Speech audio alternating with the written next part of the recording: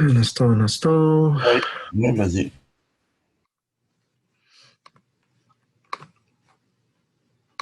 OK. Donc, on a parlé la semaine dernière, donc on avait avancé dans le Mamar de Bat Yelegani, et l'idée de Netzach en particulier, qui était liée au nom de Hachem qui est Tsevaot, qui est donc le thème de cette année, du Perek Yud Aleph dans le Mamar de Bat Yelegani. Et on avait aussi mentionné le fait que l'idée de Netzach, de Nitzachon, de victoire, donc encore une fois liée au nom de Hachem, donc c'est la Sphira Netzach qui est associée au nom de Hachem qui est Tsevaot, puisqu'il y a 7 noms de Dieu qui sont les noms qu'on n'efface pas, sont liés chacun à une sphira particulière, une mida particulière. Et le nom de Tsevaot est lié à la mida de Netzach. On expliquait que l'idée de Netzach, c'est quelque chose qui touche à l'essence même de la personne, en l'occurrence du roi. Donc c'est quelque chose qui va au plus profond du roi. Ce besoin de gagner absolument la guerre, et qui est plus que... Il ne s'agit pas juste de gagner dans le sens gagner, profiter, dans le sens où on profite aussi des biens qui sont pris, dont on prend possession, mais c'est juste la victoire. Que le ratson du roi soit accompli partout, c'est la chose la plus importante. Et pour ça, on est mevasvez, on dépense tous les trésors les plus cachés, les trésors les plus anciens que le roi puisse avoir. Tout ça, on met à la disposition des soldats pour qu'on puisse gagner la bataille.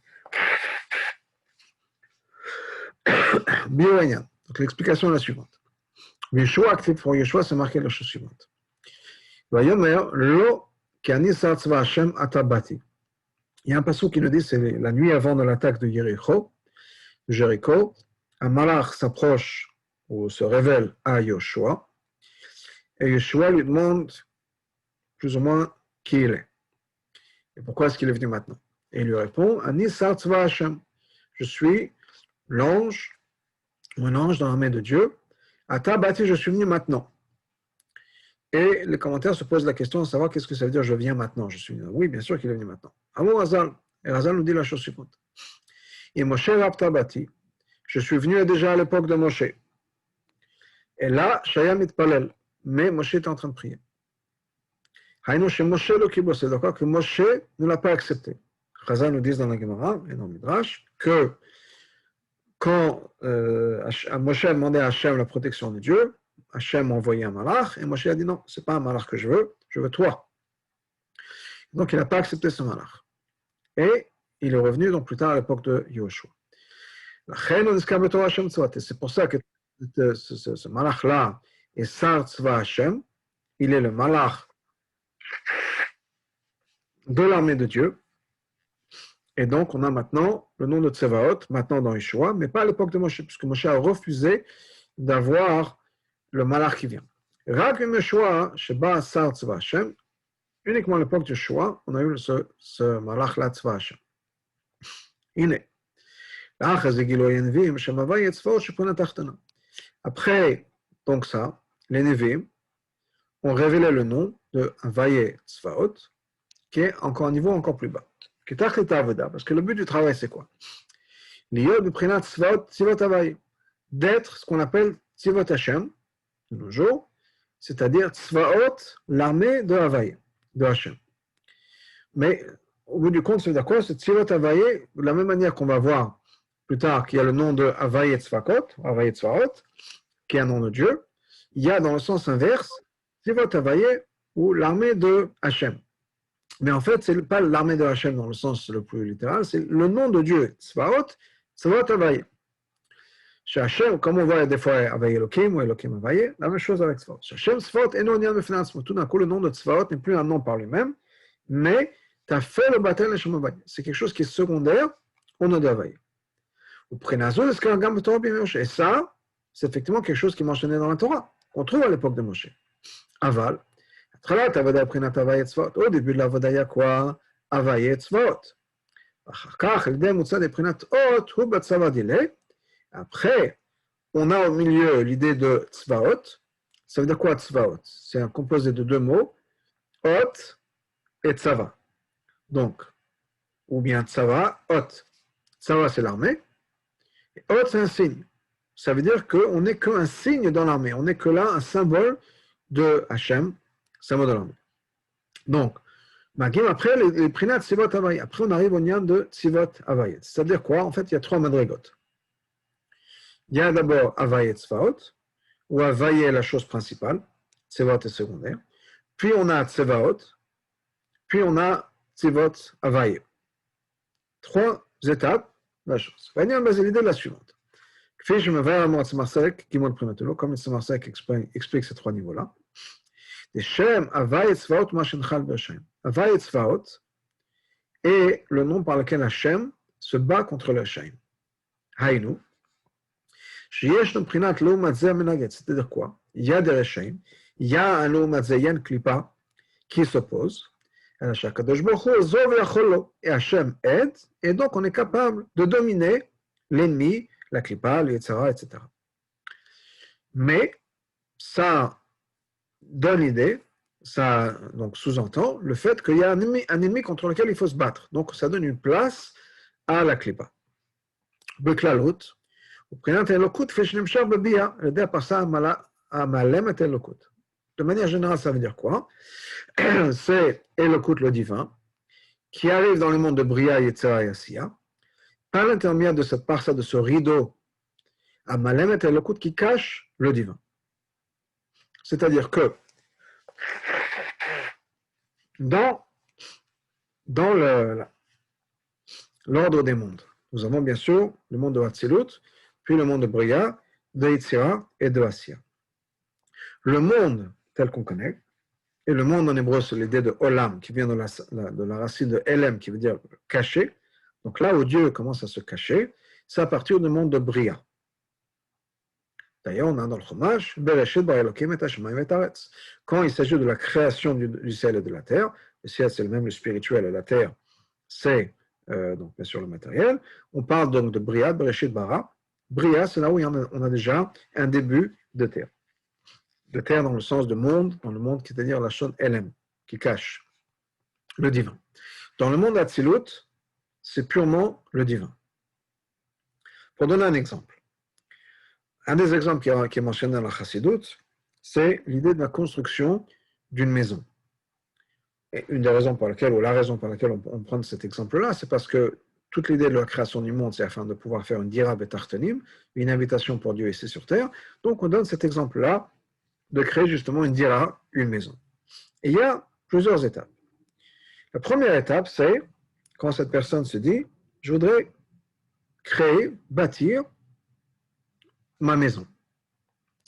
Et ça, c'est une idée. Et dans cette maison-là, dans le monde de Hatzilut, c'est-à-dire juste au moment du projet, si on peut dire, c'est la maison qu'on rêve. C'est-à-dire que ma maison, elle n'a pas besoin de suivre aucune règle et aucune limitation. Il n'y a aucune limite sur ma maison. Ma maison peut flotter en l'air. Ça peut être une maison qui va me coûter 20 milliards d'euros. Ça peut être une maison qui va être une pyramide renversée. Ça peut être une maison où on peut rêver ce qu'on veut.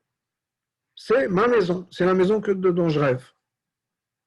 Il n'y a aucune limite sur mes rêves, mes envies, etc. Mais à partir du moment où je me mets vraiment à créer cette maison, c'est-à-dire que je vais m'asseoir, disons avec un architecte, ou bien dans ma tête, et je dis, OK, il faut que je sois quand même réaliste, quels sont mes besoins, quels sont mes budgets, quelles sont mes envies, etc. Donc là, je commence à réfléchir, OK, budget. Donc je peux avoir une maison qui va me coûter 200 milliards d'euros, mais je n'ai pas 200 milliards d'euros.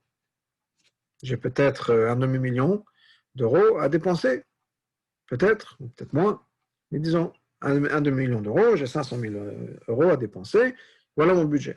Deuxièmement, on est une famille de 10, donc d'avoir 2 chambres à coucher, ce n'est pas pratique, ce n'est pas réaliste, il faut, disons, je ne sais pas, 6 chambres à coucher, et donc j'ai besoin d'avoir de ça. Et il y a certaines choses, ils font des lois de la physique. Alors si je veux avoir une bulle qui flotte dans l'air, pour l'instant on n'a pas encore la technologie pour ça, donc ce n'est pas possible. Donc on commence à voir certaines limitations qui vont s'imposer. Et puis après, il y a les permis, et après il y a tout un tas de choses qui vont se mettre en place. La logistique, comme je disais, les plans, les permis, qu'est-ce qui marche pas, la plomberie a un certain système à marcher, l'électricité doit marcher de certaines manières, etc. Puis après, il y a la construction pure et dure en briques, etc. où là, j'ai ma maison, effectivement, je dois suivre tout un tas de règles et je perds de plus en plus de contrôle. Au fur et à mesure de la manière dont le projet avance, moi, le rêveur, l'idée, le penseur, j'ai de moins en moins de contrôle. Donc, si j'ai des contrôles au niveau la première étape, qui est la maison de mes rêves, c'est complètement moi, c'est mes rêves à moi. Mais à partir du moment où je dois rentrer avec une certaine réalité, au fur et à mesure, la réalité des choses prend le dessus par rapport à mes envies. Mes envies doivent se cacher, doivent passer en arrière, si on peut dire, de certaines réalités. Réalité budgétaire, réalité des permis, réalité des lois de la physique, des lois de l'électricité, etc., etc. Ben, c'est un peu la même chose qui se passe, ou c'est la même chose qui se passe à ce niveau-là dans la création du monde, c'est-à-dire que dans le monde Atzilut, c'est le rêve de Dieu. Et il n'y a aucune restriction, aucune limite sur la manière dont Dieu voit le monde. C'est vraiment à 100% le monde que Dieu rêve. Maintenant, au fur et à mesure, et ça commence avec le monde de Bria, Dieu, le Créateur, a besoin de mettre un peu ses rêves de côté par rapport à ce qu'on appelle, nous, certaines réalités du monde, c'est-à-dire le LM. Donc Dieu met de côté ses envies et ses désirs pour mettre en place certaines réalités qui sont nécessaires, c'est-à-dire qu'il a besoin de se cacher. Maintenant, quand tout est bien fait, qu'on a le résultat final, qu'on a une maison construite, normalement, on devrait ressembler l'idée de départ, si tout s'est bien passé comme il faut. Donc la même chose, quand on aura créé cette dira betartani pour Dieu, ça va ressembler à ce que Dieu avait en tête. Et ça va ressembler à ce que Dieu avait en tête, puisque Dieu ne se trompe pas. Mais, entre-temps, il y a des étapes. Donc, la première étape où le Créateur, Dieu, a besoin d'abandonner un peu de son rêve, si on peut dire, pour se mettre de côté, créer et avoir certaines réalités qui vont s'imposer à lui. Alors, bien sûr, pour Dieu, c'est Dieu qui accepte ces contraintes. C'est non seulement lui qui les accepte, c'est lui qui les crée, pour le but de dire Tartanim, mais donc il faut créer un Tartanim, etc. Mais, donc, à partir du moment du monde de Bria, on a déjà le LM, on a déjà cette couverture qui va se mettre sur les Lokut, sur le divin. Le divin est obligé de se mettre un peu de côté, de se cacher, si on peut dire, pour créer un monde séparé. Et ça va se faire par une espèce de tzimtzum, une contraction, ou bien un rideau qui va bloquer la révélation du divin du monde de Hatzilut. Donc ça, c'est quand on parle de quoi? On parle d'Havai et Tzvaot, et qu'on a dit qu'on a besoin de se battre contre un ennemi et contre une certaine réalité, c'est à partir du monde de Bria. Et là, mais c'est vrai qu'on parle du nom de Tsevaot, donc on a un ennemi à gagner, donc d'abord à se battre contre et ensuite à gagner, mais on a Havai Tsevaot, c'est-à-dire qu'on a l'aide de Shem Havai pour se battre contre le Omazé, contre la Klupa. Et ça, c'est la différence entre Tzvaot Havai et Havai Tzvaot. Tzvaot Havai ou Tzvaot Hashem, Tzvaot ou Batel Havai, c'est de quoi que Tzvaot est complètement Batel Hashem, au nom de Yud Kevavke. Shekar ou Shem Havai, c'est de quoi la chose principale, c'est Shem Havai. Shem Havai, c'est quoi? Prenez Atzilut. C'est le divin. Kedouach Atzilut ou Elokut. On sait qu'Atzilut, c'est le divin. Comme on l'a dit tout à l'heure, Atzilut, c'est le monde où c'est encore complètement le rêve du Créateur. Il n'y a que le Créateur. Il n'y a aucune réalité externe au Créateur qui se met en place. Ça commence au monde de Bria. Donc là, c'est complètement, Havai, c'est complètement le rêve du Créateur qui s'exprime par l'intermédiaire du nom de Tzvaot. Chacun prend Havai et Tzvaot, donc Fishaon Nimshar Bobia. Mais là, donc Havai, ça c'est Atzilut pur, Shem Havai. Havai et Tzvaot, c'est quoi? C'est Shem Havai, Atzilut, le rêve du Créateur, que Fishaon Nimshar Bobia, comment il va être transmis dans Bia. C'est-à-dire, pour revenir à mon exemple de la maison, j'ai mon rêve, maintenant mon rêve, on va être canalisé dans certaines réalités. Mais c'est toujours mon rêve derrière, c'est pas que j'ai abandonné mon rêve. Mon rêve maintenant s'exprime en allant créant certains plans, ou les grandes lignes de mon plan, puis ensuite les plans détaillés, puis ensuite la construction. Entre-temps, j'aurai des permis, j'aurai des choses, c'est déjà des menagdim, si on peut dire, qui vont s'opposer, des réalités qui vont s'opposer à certaines choses, à mes envies, peut-être. Mais c'est toujours mon rêve qui va être de manière consciente, travaillé et traversé à travers ces réalités. Donc quand tout se passe bien, on arrive à ne pas perdre le cap, on arrive à ne pas perdre l'idée de Shem Havai, l'idée de Hatzilut, et qu'au contraire, on amène ça dans le monde de Bia, c'est-à-dire que mon rêve est toujours présent, je n'ai pas abandonné mon rêve, je n'ai pas perdu le cap, j'ai toujours cette révélation de Shem Havai, de Hatzilut, qui va se transmettre à travers le monde de Bia. Donc ça, c'est le début de la Voda. C'est quoi? C'est Havai Tzvaot, c'est-à-dire de faire en sorte que je prenne Havai, mon rêve, ou le rêve de Hachem, parce que là on parle de Hachem, le rêve de Hachem, l'idée de Hachem, le but d'Hachem, et je le transmette dans le monde de Bia, et je sois capable de surmonter les difficultés qui vont apparaître, parce que moi j'ai un rêve, et on va dire, oui, non, monsieur, c'est pas possible, pour une raison ou une autre, alors que peut-être que c'est possible. Mais des fois, il y a des menagdim, si on peut dire, des envies qui disent, non, on ne peut pas.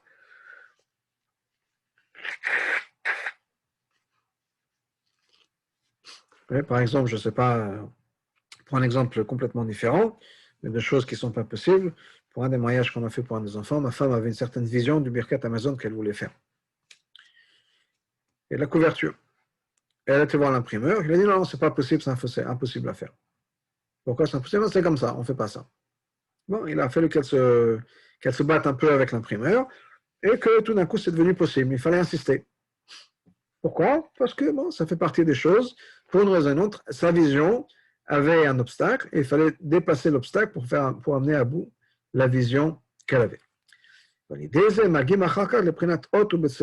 Ensuite, on arrive à l'étape d'après, qui est l'intermédiaire, on devient un tsevaot, donc on parle de Havayet Tsevaot, on est mamshir, on amène la révélation de Hatzilut, le rêve de Dieu, l'image de Dieu, la vision de Dieu du monde, dans le monde de Brea Yetzirah Yassia, et ça va passer par l'étape de ce qu'on appelle Tsevaot, qui est un signe dans l'armée, c'est-à-dire, Rewunyan, Hamshachat Hatzilut de Bia, donc c'est, on a amené Hatzilut dans le monde de Bia.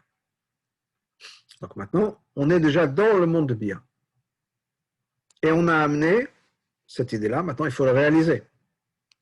C'est le moment, si on peut dire, où on peut-être se dispute, où on a besoin de pousser. Et après le résultat, on arrive à la révélation de Tzivot Havaye, comme à l'époque de Moshe, qui est la révélation de Hatzilut. C'est-à-dire que maintenant, sur terre, on a réalisé ce que Dieu voulait.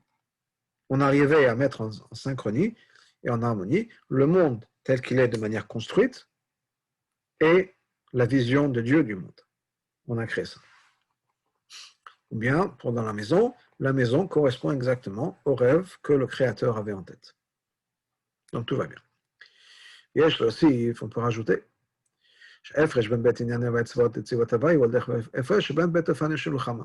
différence entre Havaya et Tzvot Havaye, c'est la différence qu'on a dans les deux manières de se battre, ou les deux raisons pour lesquelles on va se battre. On en avait parlé la semaine dernière. C'est-à-dire, l'Ishlot Shalal la Baz, ou Bishul Ensachon. Est-ce que la bataille, c'est pour gagner des biens qu'on va capturer, ou bien pour la victoire même?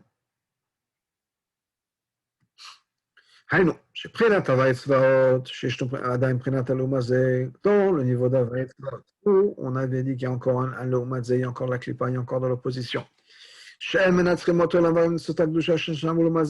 pas une question de victoire, mais c'est une question de profiter, de sortir le bien qu'il y a, l'argent, mais ici on parle de spirituel, qui sont les étincelles de Kedusha, de spiritualité qu'on a besoin de prendre. Ça, c'est l'idée de Shlal Vaba, c'est l'idée du bien, des trésors qu'on va gagner pendant la guerre. Ça, c'est une chose. Il y a une opposition, on va gagner ou pas gagner l'opposition, c'est pas grave, mais on va sortir le bien qu'il y avait là-bas. C'est quoi l'idée? Le but, en fait, c'est quoi? C'est de gagner l'ennemi, qu'il n'y ait plus d'ennemis. Haïnou, je t'ai battu les gamins, mais tu as l'omadze, qu'il n'y a plus de l'omadze, il n'y a plus de clipa, il n'y a plus d'opposition. Et ça, c'est l'idée de Tzivot Havaye. Il n'y a que Elokut. C'est-à-dire qu'à ce moment-là, on dit que ça va être complètement battel, on a la révélation de Hatzilut ici sur terre. Qu'est-ce que ça veut dire le Bavoda? Comme le Rabbi Marash explique, et on voit, vous voyez entre autres l'avancement des rabbins. On parle de chaque rabbi, avant c'était Marsalek, maintenant on est au Rabbi Marash. C'est quoi ce travail? Les deux raisons pour la guerre, ou bien les deux noms de Dieu, ça veut dire quoi? C'est Itkafia et Itafra. L'avoda de Itkafia, Itkafia, ça veut dire quoi? Itkafia, ça veut dire tordre, se forcer. Donc on force à faire quelque chose qu'on n'a pas envie.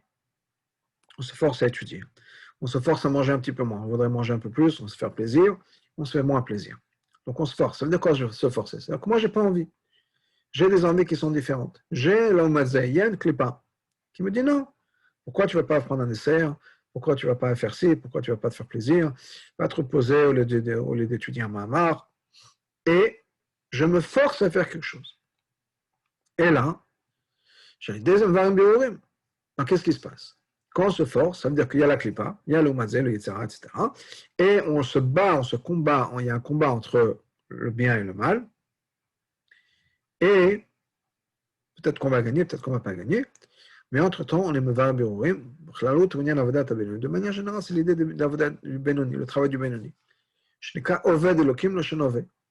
le serviteur de Dieu, au présent, c'est-à-dire, on est au milieu du travail.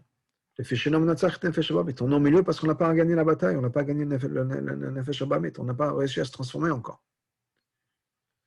On est en train de se battre contre son Yetzirah.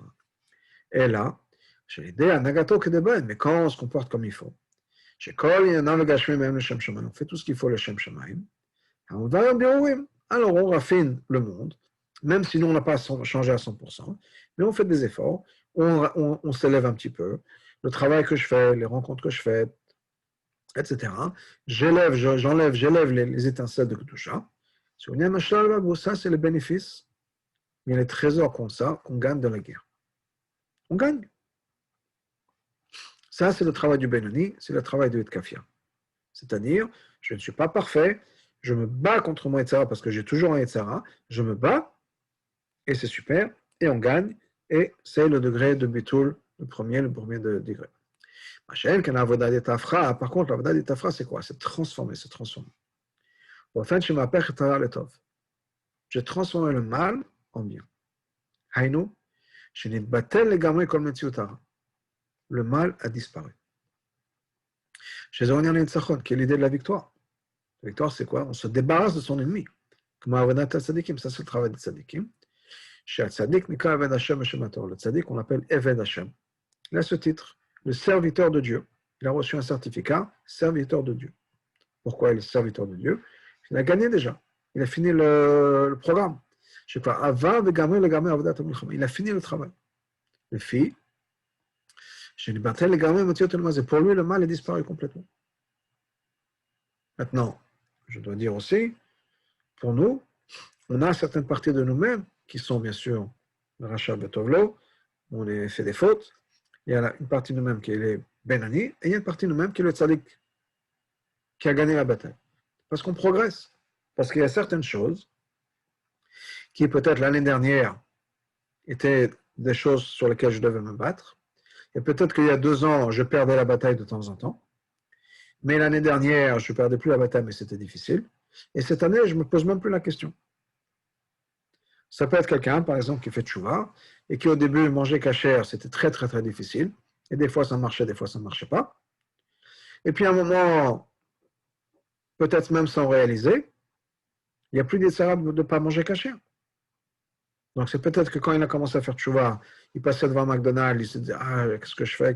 Et je rentre pas, j'ai faim, etc. Mais et des fois, il rentrait, des fois, il ne rentrait pas. Puis, à un moment, maintenant, 10 ans plus tard, 20 ans plus tard, il ne se pose même plus la question. Il n'y a plus aucun Yetzara de rentrer dans un McDonald's.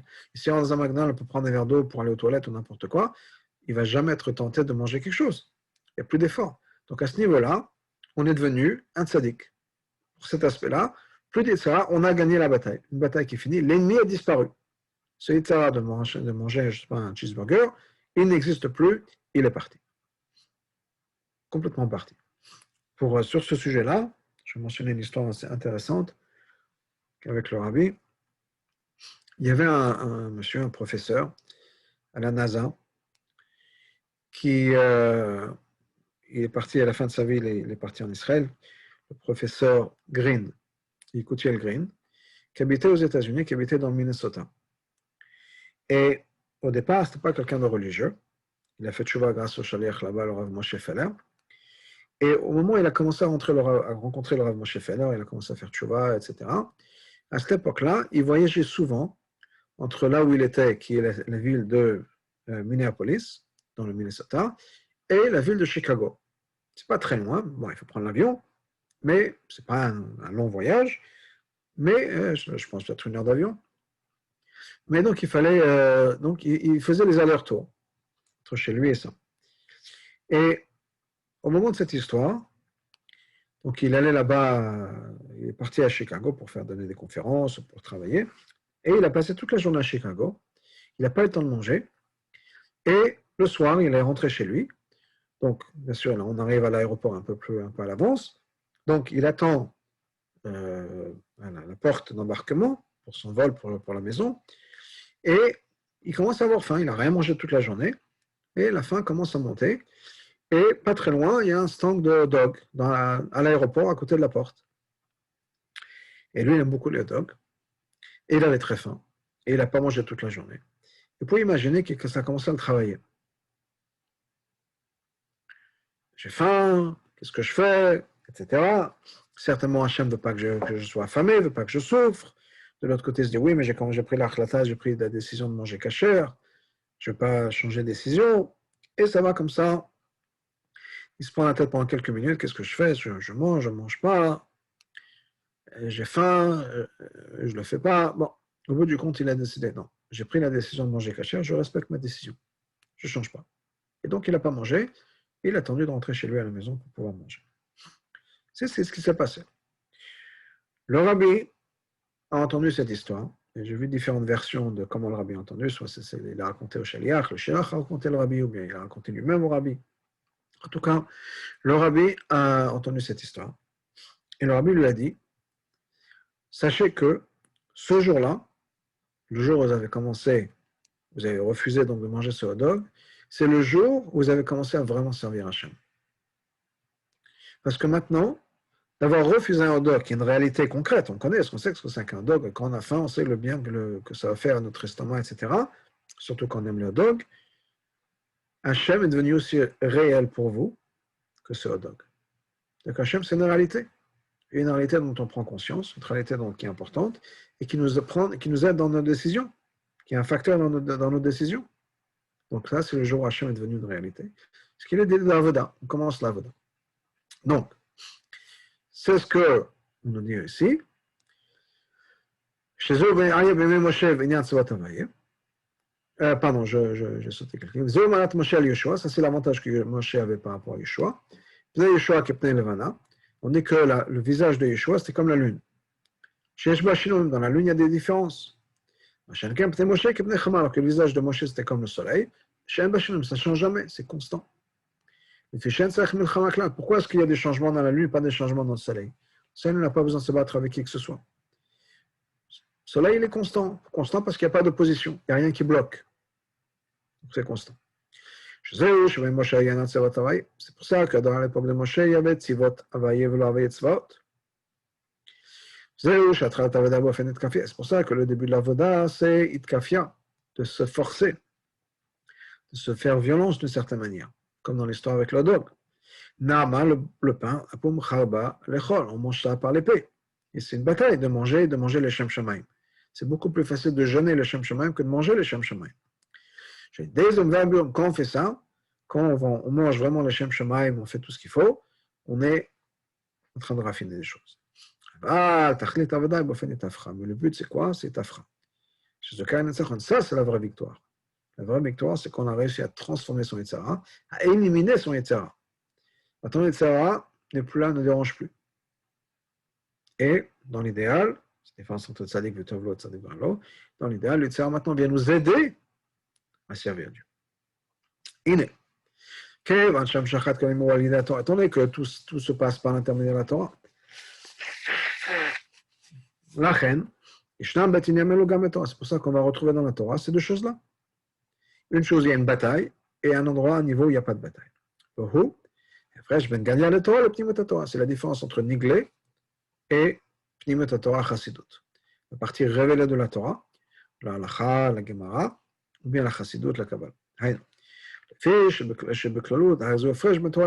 c'est aussi la différence entre la Torah et la Tfila. La Tfila, c'est un travail, c'est une bataille. Une bataille qu'on fait avec soi-même, une bataille qu'on fait pour grandir.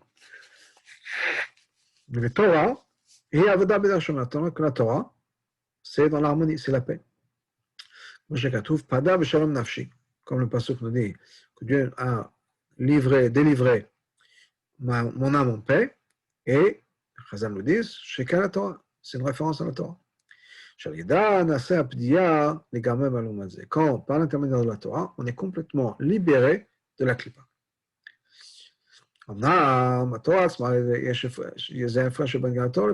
Ça, c'est la Torah de manière générale. Mais en vérité, dans la Torah, il y a une différence entre le niglé et la chassidut, la partie révélée de la Torah et la partie cachée de la Torah. D'égal, il y a des Torah yeshba kosher machlok, parce que c'est vrai que dans la Torah, de manière générale, c'est une harmonie. Mais il y a quand même dans cette partie de la Torah, dans le niglé, dans la Gemara par exemple, il y a des questions, il y a des disputes, on n'est pas d'accord. Une personne dit comme ça, une personne dit comme ci. Il y a des machloquettes, dans l'Acha aussi.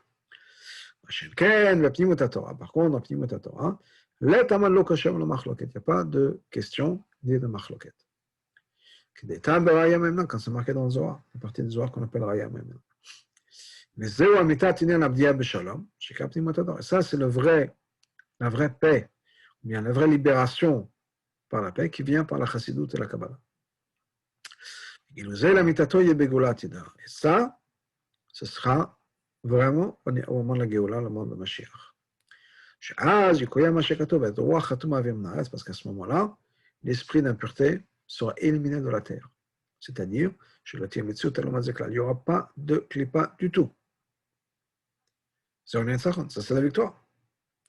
C'est-à-dire que faire des biourim, changer le monde, avoir un impact sur le monde, on fait ça maintenant. Chaque jour, on avance dans le raffinement du monde. De nos jours, il ne reste que quelques petites fioles à faire. Aval, Adain, mais ce n'est pas encore le max. Qu'est-ce qui va se passer à l'époque de Mashiach? Ce sera la victoire. Il n'y aura plus de klipa, plus de l'omazé. Fini, ça va disparaître. C'est pour ça que Mashiach va révéler en particulier l'aspect profond de la Torah, la chassidut, parce que comme on l'avait dit, la victoire c'est quoi? La victoire c'est qu'il n'y a plus de klipa. Il n'y a plus de klipa, il n'y a plus de guerre. Et ça c'est vraiment la chassidut. Dans le sens où c'est un aspect de la Torah où il n'y a pas de machloket, il n'y a pas de question, on nous révèle la vérité telle qu'elle est.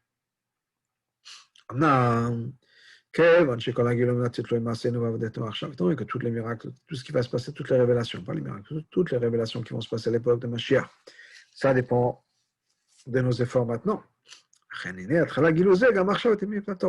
Maintenant, par l'intermédiaire de la Pnimut Torah, en révélant la Torah, de cet aspect de la Torah, la chassidut, on peut déjà commencer à avoir cette révélation.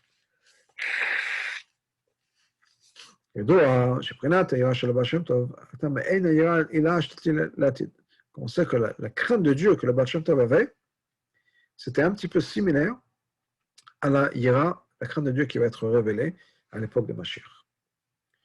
La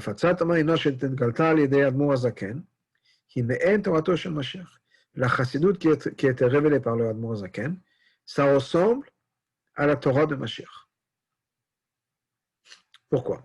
Parce que, encore une fois, qu'est-ce que la chassidut a révélé? Qu'est-ce que la chassidut Chabad a révélé en particulier?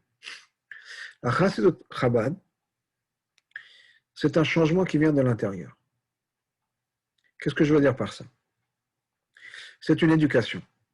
Il y a deux manières de changer une personne. On raconte souvent ce machal qui est donné par certains tzadikim, une dispute qu'il y avait entre le soleil et le vent. Qui est le plus fort? Qui est le plus fort entre les deux? Et le vent dit, ben voilà, on va faire un concours, voir qui est le plus fort. Qu'est-ce qu'on va faire? Il y a un monsieur qui marchait dans la rue. On va voir qui peut lui faire enlever son manteau. Et le vent dit, ok, moi je vais commencer. Donc le vent se met à souffler pour que le manteau vole. Mais plus le vent soufflait fort, plus le monsieur fermait son manteau encore plus fort. Donc il le tenait de plus en plus fort. Donc le vent essaye, il souffle, rien à faire. Le monsieur n'enlevait pas son manteau. Le soleil dit, ok, maintenant c'est à mon tour. Qu'est-ce que le soleil a fait? Il n'a pas forcé la personne à enlever son manteau directement. Il a révélé, si on peut dire, sa chaleur. rayonner. Et le monsieur de par lui-même enlevait son manteau parce qu'il faisait trop chaud. Donc il ne s'est pas battu avec la personne. Il a fait en sorte que la personne elle-même veuille changer et veuille enlever son manteau. C'est un peu ce que la Chassidut Chabad a apporté. Il ne s'agit pas d'une question de parti, si on peut dire, ou de groupe. De la même manière que la Gemara n'appartient pas juste aux juifs irakiens, ou bien la Rashi n'appartient pas juste aux juifs français. La Chassidut Chabad, ça fait partie de la Torah. Et ça fait partie c'est l'héritage du monde entier. Il s'avère que de la même manière que Rashi était révélé par un monsieur qui s'appelait Rabbi Shlomo Yitzhaki, qui habitait en France, mais qui maintenant, bien sûr, fait partie de l'héritage du patrimoine, de l'héritage du peuple juif en entier, et que la Gemara, ça a été mis en place par Ravina et Ravashi en Irak. Ça ne veut pas dire que c'est uniquement pour leur famille ou bien les juifs irakiens, c'est la Torah du monde entier. Donc la même chose dans la Chassidut. C'est vrai que ça a été révélé par un monsieur Intel, Rabbi Shneur Zalman de Liadi, mais entre autres, et ses descendants, mais bien sûr, ça fait partie du monde entier, la Torah du monde entier. Et qu'est-ce qui va changer là-bas? Ce n'est pas quelque chose qui va s'imposer de l'extérieur, comme dans mon exemple, le vent, par rapport au manteau, et de nous convaincre de changer. Le Tanya n'est pas là nécessairement pour nous convaincre de changer, pour nous inspirer de devenir des tzadikim. C'est vrai que ça fait ça aussi, mais ça va beaucoup, beaucoup plus loin. C'est nous éduquer à voir le monde de manière différente. Et une fois qu'on voit le monde de manière différente, automatiquement, il y a des choses qui vont se mettre en place. Une fois qu'on voit le monde de manière différente, par les yeux de la Chassidut, on a cette éducation, qui est la Chassidut Chabad, c'est-à-dire ça va passer par l'éducation par la tête. Une fois qu'on a été éduqué dans cette manière de voir les choses, le monde n'est plus le même. Le monde change. Parce que le monde, ce n'est pas ce qu'on voit. Le monde, c'est l'interprétation des choses. Okay? Je dis ça, mais c'est évident d'un côté, peut-être que des fois on n'y pense pas. Mais on voit, je ne sais pas, aux États-Unis, la politique en ce moment elle est un peu forte, entre la droite et la gauche. La droite et la gauche, les deux vont voir les mêmes événements. Mais c'est l'interprétation qu'on donne à ces événements. Des fois, on a l'impression de parler avec des gens qui sont complètement à l'opposé, mais qui n'ont pas vu la même chose. Parce que ce n'est pas juste les faits. C'est l'interprétation qu'on donne aux faits. Les faits, c'est beaucoup moins important, ça ne joue pas vraiment. Mais qu'est-ce que les faits veulent nous dire? Donc on voit, je ne sais pas, un ordinateur. J'ai devant moi un écran d'ordinateur. C'est un fait. Qu'est-ce que ça veut dire? Alors si je vois un ordinateur, un tzaddik verrait la révélation de Dieu, quelqu'un qui est un ingénieur dans informatique verrait, je ne sais pas ce qu'il verrait, le code informatique ou la manière dont l'ordinateur et l'écran sont faits, etc. Chacun voit quelque chose de complètement différent. Je passe dans la rue, et je peux être promené avec ma femme dans la rue, et elle me dit, est-ce que tu as vu la maison rose? Et moi, je n'ai pas vu la maison rose. Quelle maison rose? Je n'ai pas vu une maison rose. Mais j'ai vu une maison peut-être très moderne, ou bien au contraire, avec un charme ancien, parce que c'est ça qui m'interpelle plus que la couleur. Donc, on voit les choses qui nous parlent. Donc, quand Rabbi Shneur Zalman, quand la Chassidut Chabad nous enseigne certaines choses, nous donne des outils pour voir le monde de manière différente, ça change de manière harmonieuse. Ce qui veut dire qu'il n'y a pas cette guerre-là, il n'y a pas une bataille. C'est l'éducation, ce qui fait qu'automatiquement, je vois les choses de manière différente. En fonction de mon éducation, en fonction de la manière dont je vois les choses. Donc, quand on partage cette manière de voir les choses, c'est un changement qui va se faire dans l'intérieur. C'est un changement harmonieux, comme dans mon exemple avec le soleil, le monsieur qui va enlever son manteau de lui-même. On n'a pas forcé. De lui-même, il va enlever son manteau. Pourquoi? Parce qu'il a une expérience qui fait que. Donc, quand on nous enseigne, par l'intermédiaire de la Chassidut, ce n'est pas une bataille, c'est une éducation qui va faire en sorte que je vois les choses de manière différente. Et à l'époque de Mashiach, on verra tout le monde de manière différente, et ce sera évident, ce n'est pas juste une croyance. De nos jours, par mon éducation, par la manière dont les choses qu'on a appris, on croit à certaines choses, on analyse les événements de certaines choses, mais ce n'est pas quelque chose qu'on voit de l'intérieur. C'est quelque chose qu'on voit de l'extérieur, mais qu'on a une expérience, on a un peu une connaissance. Ce n'est pas quelque chose que je vois de l'intérieur. À l'époque de Mashiach, la même chose sera vécue de l'intérieur. C'est ce que le Tzemach Tzedek avait dit une fois à quelqu'un, on lui avait posé la question en lui disant pourquoi ainsi Mashiach va venir? Pourquoi? Et à ce moment-là, on aura les révélations de la Chassidut, les secrets de la Torah. Pourquoi étudier la Chassidut avant? Quelle différence? On attend l'avenue du Mashiach et c'est tout. Et c'est Marcel qui a dit oui, mais la différence c'est quoi? C'est le aha de la chassidoute. Ça veut dire quoi? Que quand on va voir les choses, certaines choses à l'époque de Mashiach, on va les comprendre. Ah oui, c'est ce que j'avais appris dans tel Mama, c'est ce que j'avais appris dans la chassidoute, c'est ce qu'on parle. Là, on va vraiment le voir, vraiment on va avoir cette expérience-là. De nos jours, ce n'est pas une expérience qu'on a intime, c'est une expérience qu'on connaît intellectuellement, disons. Un exemple que je vais me donner, je ne sais pas si c'est un bon exemple ou comment ça va changer. Disons que je passe pas mal de temps essayer d'aider les gens avec des problèmes de Shalom Bayit. Donc, bon, au fur et à mesure des années, j'ai bien sûr une expérience en tant qu'homme, qui est moi-même, c'est quelque chose d'intime, et j'ai appris à connaître, à découvrir la perspective féminine de certaines choses. Donc, je le sais d'une certaine manière, et je peux le partager avec les maris qui ont du mal à communiquer comme il faut avec la femme. Mais ce n'est pas une expérience que je ne vis pas en tant que femme, je ne peux pas dire que j'ai cette expérience, mais je sais dans ma tête intellectuellement qu'une femme, des fois, voit certaines choses de telle et telle manière, alors qu'un homme voit les mêmes choses d'une manière différente. Un homme, j'ai cette association intime, je le sais, je le vis. Par contre, ce qui est le côté la perspective féminine, ce n'est pas quelque chose que je vis, c'est quelque chose que j'ai appris à découvrir. Et dans ma tête, je sais que ça se passe comme ça. C'est un peu la chassidoute maintenant. On peut se dire, oui, dans ma tête, je comprends que les choses sont comme ça et comme ça. À l'époque de Mashiach, on ne va pas juste le comprendre intellectuellement. On le vivra de l'intérieur. On aura une relation avec le divin qui ne sera pas juste intellectuelle, mais une relation profonde, vécue de l'intérieur. Et une fois qu'on a ça, on a changé. Mais entre-temps, c'est un petit peu de la révélation qui va venir. Donc, pour revenir dans le Mama, ce qu'il dit, c'est quoi? Qu'à l'époque de Mashiach, on aura gagné. Dans cette transformation, c'est-à-dire on verra le monde à 100% en tant que divin. Maintenant, on a dit que pour arriver à ça, il faut travailler maintenant à l'époque de Mashiach. Comme ça, je pourrais comprendre ce qui va se passer. Et donc, on a besoin maintenant avec des kaftar de Mashiach dans les générations qui sont avant l'avenue du Mashiach, littéralement le talon de Mashiach. On a besoin d'amener aussi cette victoire. On a besoin de commencer avec cette idée-là, maintenant, de nos jours, pour pouvoir se préparer à l'avenue du Mashiach. Parce que c'est comme ça qu'on va faire l'avenue du Mashiach. En changeant notre perspective maintenant, même si ce n'est pas réel à 100%, ce n'est pas de l'intérieur, ce n'est pas vécu de manière intime, c'est quelque chose qui va être une connaissance du divin complètement intellectuelle, ou en tout cas, même si c'est un peu plus que ça, mais ce ne sera pas comme c'était à l'époque de Mashiach. Mais maintenant, c'est le moment où on se prépare à l'époque de Mashiach. C'est comme ça qu'on gagne la bataille et qu'on va y arriver. Il y a un Razal. Razal nous dit Shet alfei shanim daver alma. Le monde est censé être 6000 ans. Shnei alafim tohu. 2000 ans, c'est 2000 ans de chaos, chaotique. Shnei alafim Torah, 2000 ans de Torah. Shnei alafim Mashiach et 2000 ans qui sont l'époque de Mashiach. Iné. Donc, ça veut dire quoi? Donc, de l'an 0 à peu près à l'an 2000, c'est l'époque du Tovavo, chaotique. Ça correspond à l'âge où Abraham a bien compris Hachem.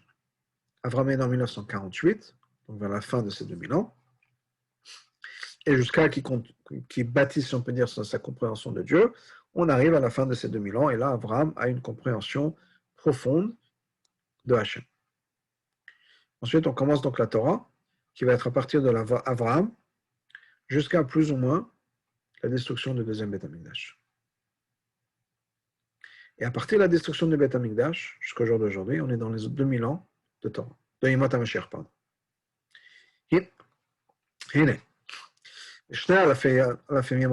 Pendant ces 2000 ans qui sont les 2000 ans de l'époque de Mashiach, les jours de Mashiach. En particulier dans le dernier de ces 2000 ans, le 6e millénaire, c'est-à-dire notre période à nous. En particulier à la fin de cette époque, à la fin du 2e millénaire. On est vraiment là, pied à pied, si on peut dire, on est vraiment dans quelques comment ça s'appelle? En anglais on dit step, on est très proche de l'avenue de Mashiach. Donc on n'a pas juste l'idée de Birourim, qui est l'idée de se battre, qui est l'idée de gagner, mais le menaged est toujours là. Non, on passe tout ça. Et la gamme, on a besoin de commencer à rentrer à gagner la guerre. C'est-à-dire éliminer le Yetzara, éliminer la Klippa. Comment est-ce qu'on fait ça? On a dit, en révélant la Chassidut. Et c'est avec ça qu'on gagne vraiment la victoire. Parce que qu'est-ce qui va se passer? Le menaged disparaît. Le menaged disparaît parce que on est dans une dimension complètement différente. On regarde le monde de manière différente. On a un rapport avec le monde, on a un rapport avec l'Etzar, on a un rapport avec tout ce qui se passe de manière différente. Et on est capable donc de se débarrasser du menaged. On va continuer encore un petit peu. Mais il y a l'idée la suivante. Amouazal, Chazal nous dit la chose suivante. Quand il y a le David, toutes les jetons. Il y a une Gemara qui nous dit que toute personne qui partait à la guerre, les soldats qui partaient à la guerre à l'époque de David, devaient donner un guet à leur femme avant de partir. Ça, c'est la Gemara. Quelle idée? L'idée est que quand, aussi Dieu préserve, le mari ne pouvait pas rentrer de la guerre, rentrer par la guerre et qu'il disparaissait, on ne savait plus où il était, sa femme pouvait se remarier. Parce que sinon, si son mari a disparu, elle reste ce qu'on appelle une aguna, une femme dont son mari a disparu, qui ne pourra jamais se remarier. Parce que tant qu'on n'est pas sûr que son mari est mort, elle ne peut pas se remarier. Donc pour éviter ce problème, ce que le roi David avait institué dans son armée, c'est qu'avant de partir, les soldats donnaient un guet à leur femme, qui était un guet avec une condition. Si je ne reviens pas, le guet est à mon guet et tu es divorcé. Mais il y avait donc cette idée de se divorcer de sa femme avant de partir. Vers le Rabbi Rachab, dans sa fameuse sikha, explique la chose suivante. Pour pouvoir gagner la bataille contre ceux qui se battent contre le roi David, contre la maison de David, pardon. Qui est la guerre, donc la bête de David, il faut donner un guet à sa femme. Quand on va voir plus tard ce que ça veut dire. Avant de rentrer dans ça, parlons du terme Melchemet Ben David, de la maison de David. Pas les guerres de David, la maison de David. Et pour faire ça, on va se baser sur un moment du Rabbi Rachab. Sur la différence qu'il y a entre David et Ben David. Chez les femmes, des fois on l'appelle Mashiach David. Par exemple, c'est marqué dans le verset mon serviteur David sera le roi pour eux à éternité. C'est une référence à Mashiach. Des fois on parle de Mashiach, donc Mashiach Ben David, le fils de David. Et c'est quoi la différence? Avant que Mashiach se révèle à 100%, on l'appelle Ben David, le fils de David. Après, on l'appelle David. Donc, quand on parle de Milchemet Ben David, c'est la même idée. Quand David a David lui-même, il n'y a pas de guerre. La guerre, c'est sur ce qu'on appelle la bête David, la maison de David. Avant que Mashiach soit révélé dans sa force maximale. À ce moment-là, il y a une guerre. Mais c'est quoi la guerre? C'est comme Chazal me disent, si tu vois qu'une génération après une autre génération se révolte contre Hachem, on parle de deux générations. Et le Rabbi Rachab, dans la sikha qu'il avait mentionné, il parle de Shebet Adorat et Bet Shurat. Ces deux générations, ces deux niveaux. Parce qu'il y a des gens qui s'opposent à Hachem, c'est-à-dire, il y a des gens qui sont contre la Torah et les mitzvot. Bien sûr, s'ils sont contre la Torah et les mitzvot, ça inclut le fait qu'ils sont contre l'idée de Mashiach. Par contre, il y en a qui se battent pas contre la Torah et les mitzvot, pas contre Dieu, contre Mashiach. Ils ne font pas partie des ennemis de Dieu. Ce sont des gens qui font la Torah et les mitzvot. Mais ce qu'ils font, leur implication qu'ils ont dans la Torah et les mitzvot, c'est froid. C'est sans aucune passion, sans aucune ferveur. On sait qu'entre la froideur et le rejet de Dieu, il y a une très très fine séparation. Et cette séparation-là, elle est là. Mais le fait qu'ils sont froids et indifférents en vérité à la Torah et les mitzvot, ça ramène une froideur dans toute la Torah et les mitzvot. En particulier dans la croyance en Mashiach. Si on veut gagner cette bataille-là contre cette froideur, des gens qui sont religieux, mais qui sont froids par rapport à Mashiach, on a besoin de se divorcer de toutes les idées de ce monde matériel, de ce monde physique. Ça veut dire quoi? Même s'il s'agit de choses qui sont complètement cachées et permises par la Torah. Comme c'est marqué d'ailleurs, on comprend ça de ce que l'Agma nous dit. Il faut donner un divorce à sa femme. Ishto, d'accord, parle de sa femme. Mais chez Nassato al-Pietora, que d'être Moshe Israël, c'est quelqu'un avec qui s'est marié, que d'après la halakha, il n'y a aucun souci. C'est 100% caché. Mais, que chez Nogar, les Milchelet ben David, quand il s'agit de se battre de cette guerre pour David, tous les comptes qu'on pourrait avoir, pourquoi? Pour justifier son confort, etc., sa froideur, tout ça, ça disparaît. C'est-à-dire que il faut abandonner tout ce qu'on a, voilà, comme on l'a dit plus tôt. Comment est-ce qu'on gagne la guerre? On abandonne toute limite. Et tous les trésors qu'on avait, on y va. Tant qu'on ne va pas éliminer, se débarrasser de tous les trésors, on n'est pas prêt à gaspiller, et on calcule encore, c'est permis. Pourquoi me dire d'abandonner? Je fais des choses qui sont permises. Et ce clave qui de dire non, je ne vais pas abandonner, je fais ça, j'ai mon confort. Ou bien on fait non, pourquoi me battre sur ça? C'est pas important. Je n'ai pas besoin de me battre sur ça, c'est pas essentiel. Et même tous ces cheshbon-là, ils sont peut-être justifiés d'après la logique. Il n'y a pas de problème. Peut-être que même la logique sainte nous dit que c'est justifié. Et comme c'est pas le but de cette bataille-là, de ces efforts. C'est pas comme ça qu'on va gagner la guerre et qu'on va révéler David.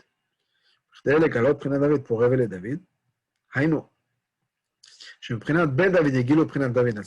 que du niveau de Ben David, on va révéler David lui-même. Ça, c'est qu'on va se battre pour gagner, pas se battre avec des limites. On y va à fond et si on a besoin d'abandonner un peu son confort personnel et ses habitudes, on le fait. Chez Gam, d'abord, il était qu'on avait dit encore une fois avant, la semaine dernière en particulier, pour le roi, gagner la bataille, ça veut dire quoi? Les petits détails sont plus importants. Il n'y a pas un truc qui compte et qui ne compte pas. C'est un gain ou une victoire absolue, surtout. Canal c'est vav. Fraîche ben katan, les gadol, qu'on avait les choses qui sont petites ou grandes. Il n'y a pas de différence. Pour le roi, il veut ce qu'il veut, il n'y a pas besoin de se compromettre, aucun compromis. S'il veut, ça doit être absolument à 100% comme il veut, même les petits trucs, les petits détails qui vont apparaître d'être sans importance. Comme on avait expliqué, chez Sel Katan, chez un petit, il y a des choses pour lesquelles c'est important, il y a des choses pour lesquelles il dit, bon, c'est pas grave, je laisse. Par contre, quelqu'un de grand, pour lui, la victoire, c'est quelque chose qui est une vraie victoire, et quelque chose qui est important.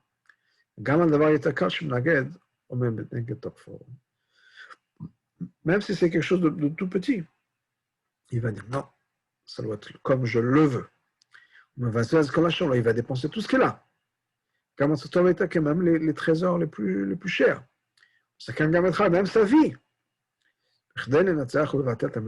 Pour éliminer l'opposition la plus moindre possible. Ça, c'est l'idée de Get Ketut. On ne se sépare pas à 100%. Je veux dire, pas on se sépare à 80%, 90%. Ok, tu ne fais plus la lessive, mais tu fais toujours un café. Non, un get, on est séparé. Café et lessive ou autre chose.